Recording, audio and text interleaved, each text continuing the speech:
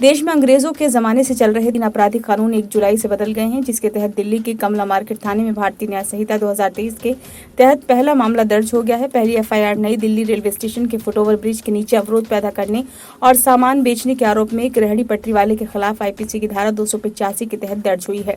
Delhi police के special CP छाया शर्मा ने बताया है कि पुराने मामलों को आईपीसी के तहत निपटाया जाएगा।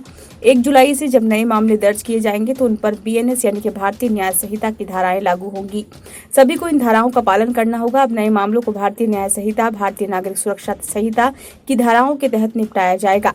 3 नए आपराधिक कानून लागू होने पर पुडुचेरी की पूर्व एलजी और पूर्व आईपीएस अधिकारी किरण बेदी ने कहा कि इससे मुझे जो सबसे बड़ा लाभ दिखाई देता है वो ये है कि इससे पुलिस को जवाबदेही, पारदर्शिता, तकनीक, पीड़ितों के अधिकार, अदालतों में त्वरित सुनवाई, अभियुक्तों के अधिकारों के लिए पुनः परीक्षण मिल रहा है।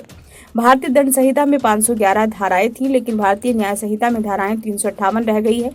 संशोधन के जरिए उसमें 20 नए अपराध शामिल किए गए हैं, तो 33 अपराधों में सजा अवधि बढ़ाई गई है। 83 अपराधों में जुर्माने की रकम भी बढ़ी है। 23 अपराधों में अनिवार्य न्यूनतम सजा का प्रावधान है। 6 अपराधों में सामुदायिक सेवा की सजा का प्रावधान भी किया गया है।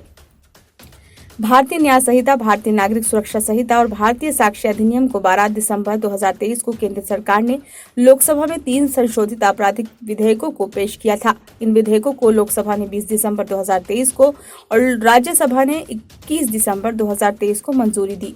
राज्यसभा में विधेयकों को केंद्रीय गृह मंत्री अमित शाह द्वारा पेश किए जाने के बाद ध्वनि मत से पारित किया गया था।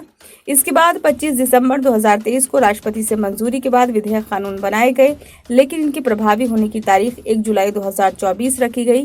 संसद में तीनों विधेयकों पर चर्चा के दौरान केंद्रीय गृह मंत्री अमित शाह ने कहा था कि इनमें सजा देने के बजाय न्याय देने पर फोकस किया गया है।